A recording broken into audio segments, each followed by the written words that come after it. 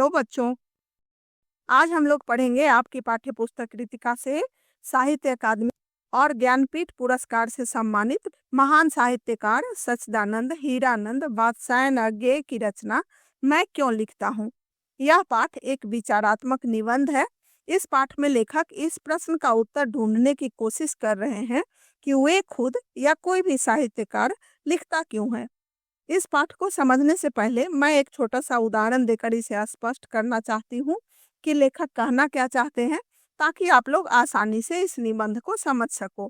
आपको या ज्यादातर लोगों को किसी न किसी कार्य में विशेष रुचि होती है, अर्थात हमारा कोई न कोई हॉबी होता है, जैसे गाना बजाना, खेलना, चित्रकारी, हस्तकला, पढ़ना लिखना या कोई भी अन्य कार्य जिसमें हमारी रुचि होती है। मान लो यदि आप एक अच्छा चित्रकार हो तो आपको चित्र बनाने में मन लगता है। आप अपनी कल्पना शक्ति का उपयोग कर मन लगाकर तन्मयता से चित्र बनाते हो, तो वह आपकी आंतरिक अनुभूति होती है। पर कभी कभी मन नहीं होने के बाद भी किसी के कहने पर या कोई मजबूरी में, जैसे कि चित्र के बदले में यदि पैसे मिलते हो, तो पैसे से जुड़े रहने के कारण भी मजबूरी में चित्र बनाना पड़ता है। इसे बाहरी दबाव कहते हैं। पर हाँ, बाहरी दबाव के बावजूद भी आप जो आंतरिक कल्पना का उपयोग करते हो, वही चित्र को सुंदर बनाने में मदद करती है। लेखक ने इसी दो दबाव को लिखने का विशेष कारण समझा। आइए हम लोग अब पाठ को समझते हैं। मैं क्यों लिखता हूँ? यह प्रश्न बड़ा सरल जान पड़ता है, पर बड़ा कठिन है। इसका उत्तर आसानी से संक्षेप में नहीं दिया जा सकता कि लिखने की प्रेरणा कैसे और कहाँ से उत्पन्न होती है। कोई लेखक लिखने के लिए कैसे विवश हो जाता है, इसका उत्तर देना आसान तो नहीं है। पर लेखक कहते हैं कि कुछ ऐसे बिंदु हैं जो सबके लिए उपयोगी हो सकते हैं। ऐसी बातों पर चर्चा की जा सकती है। लेखक पहला उत्तर देते हैं कि एक तो उत्तर यह है कि मैं इसलिए लिखता हूँ कि स्वयं जानना चाहता हूँ कि क्यों लिखता हूँ। लिखे बिना इस प्रश्न का उत्तर नहीं मिल सकता। वास्तव में सच्चा उत्तर यही है। लिखकर ही लेखक अपने अंदर की व्यवस्था को पहचान सकता है जिसने उसे लिखने के लिए प्रेरित किया, और लिखकर ही आंतरिक व्यवस्था या लाचारी से मुक्ति भी पाई जा सकती है। लेखक का मानना है कि सभी लेखक कृतिकार नहीं होते, उनकी सभी रचनाएं कृति कहलाने के योग्य नहीं होती। कृति का अर्थ यह होता है कि जो लेखक के आंतरिक अनुभूति के कारण उत्पन्न हो या आंतरिक अनुभूति के कारण लिखी जाती हो, वह लेखक की मौलिक कृति होती है जिसे लिखने में आंतरिक प्रेरणा कार्य करती है। इसके अलावा बाहरी व्यवस्था या प्रेरणा के कारण भी रचना की जाती है, जैसे संपादकों के आग्रह से। संपादक या एडिटर वह होता है जो किसी पुस्तक, पत्र पत्रिका या अखबार आदि को संशोधित कर छपने के योग्य बनाता है।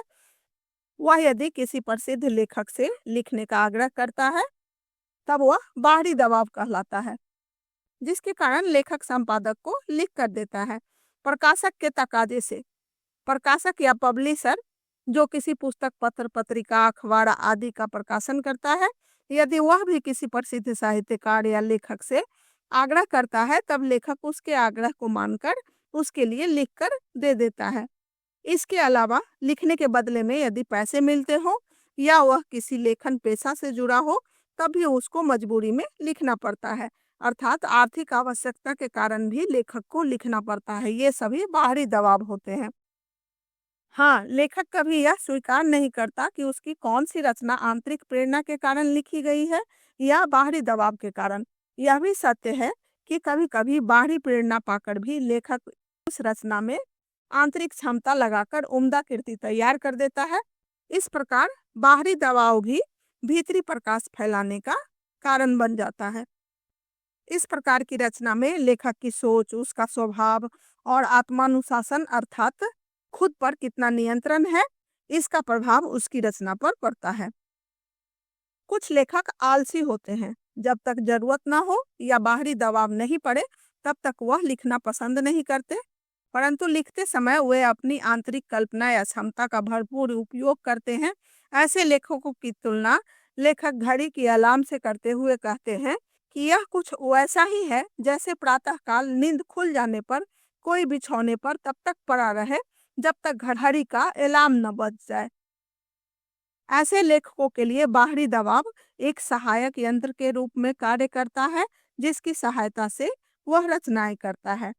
इसी संदर्भ में अपनी तुलना करते हुए वे कहते हैं कि उठने वाली तुलना को बनाए रखूं तो कहूं कि सवेरे उठ जाता हूं अपने आप ही, पर अलार्म भी बज जाए तो कोई हानि नहीं मानता।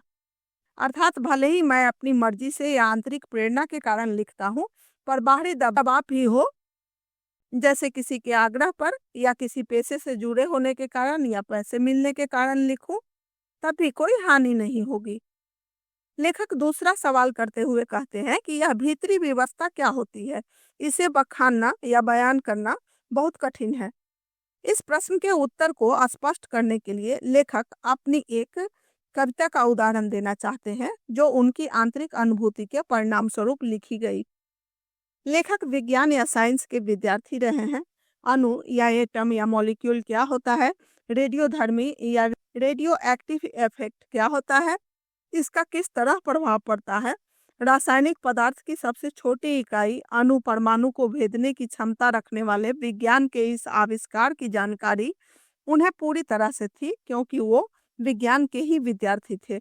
लेकिन सिर्फ पुस्तक में पढ़कर या सिद्धांत को समझकर उन्होंने जानकारी प्राप्त की थी। हिरोशिमा में जब अणु बम विस्फोट हुआ और उसके बाद जो प्रभाव पड़े, उन सब की जानकारी लेखक को समाचार पत्र पत्रिका से पढ़ने के बाद मिल चुकी थी। विज्ञान के दुरुपयोग के प्रति इनके मन में विद्रोह भी जागा था। उस समय इन्होंने इस पर कई लेख लिखे थे, पर कोई कविता नहीं लिखी, क्योंकि इनका मानना है कि लेख लिखने के लिए बौद्धिक पकड़ की आवश्यकता होती है, जानकारी की आवश्यकता होती है, जबकि कविता के लिए आंतरिक अनुभूति की जरूरत होती है। विज्ञान के दुरुपयोग का एक और उदाहरण देते हुए लेखक कहते हैं कि युद्ध काल में भारत के पूर्वीय सीमा पर देखा था कि कैसे सैनिक ब्रह्मपुत्र में बम फेंककर हजारों मछलियां मार देते थे, जबकि उन्हें आवश्यकता थोड़ी सी होती थी। और जीव के इस अपव्यय से जो व्यथा भीतर उमड़ी थी, उससे एक सीमा तक अणुबम द्वारा व्यर्थ जीवनाश का अनुभव तो कर ही सकता था। अर्थात पढ़कर या प्रत्यक्ष देखकर जो जानकारी हम प्राप्त करते हैं, उसे सिर्फ अनुभव कह सकते हैं, अनुभूति नहीं। लेखक को जब जापान जाने का अवसर मिला, तब हिरोशिमा भी गया और वह अस्पताल भी देखा जहां रेडियम पदार्थ से आहत लोग वर्षों से कष्ट पा रहे थे। इस प्रकार प्रत्यक्ष अनुभव भी हुआ, पर अनुभव से अनुभूति गहरी चीज है, कम से कम कृतिकार के लिए।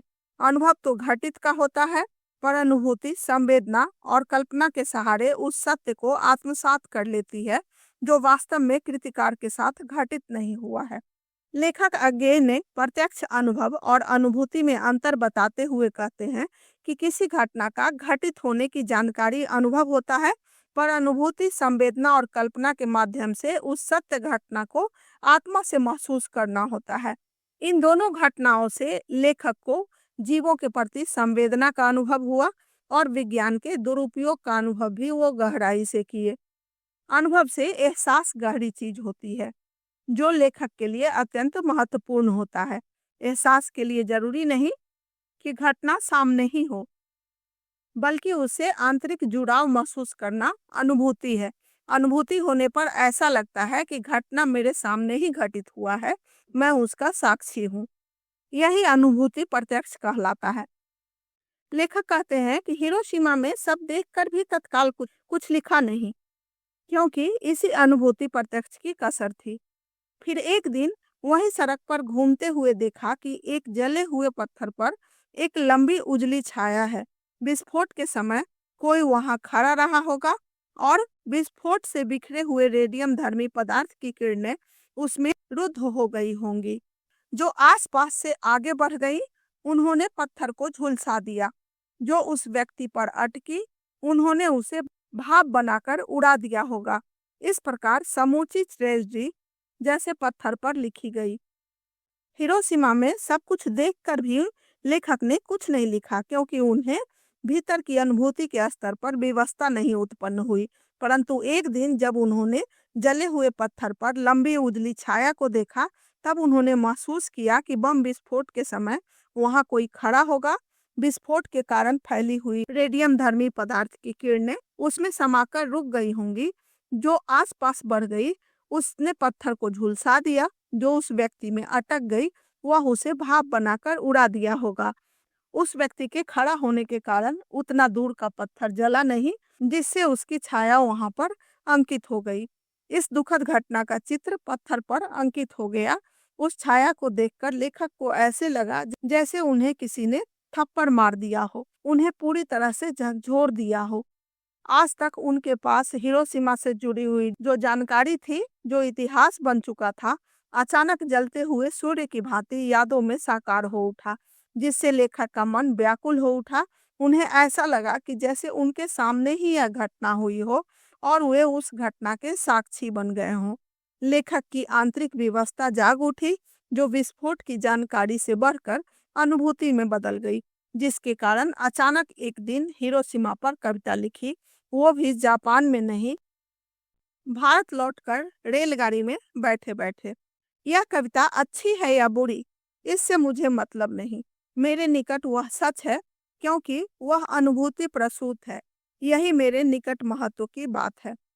पत्थर पर मनुष्य की छाया देखकर हृदय की अनुभूति उत्पन्न होकर भाव और शब्दों के माध्यम से जीवंत होकर कविता के रूप में प्रस्फुटित हो गया।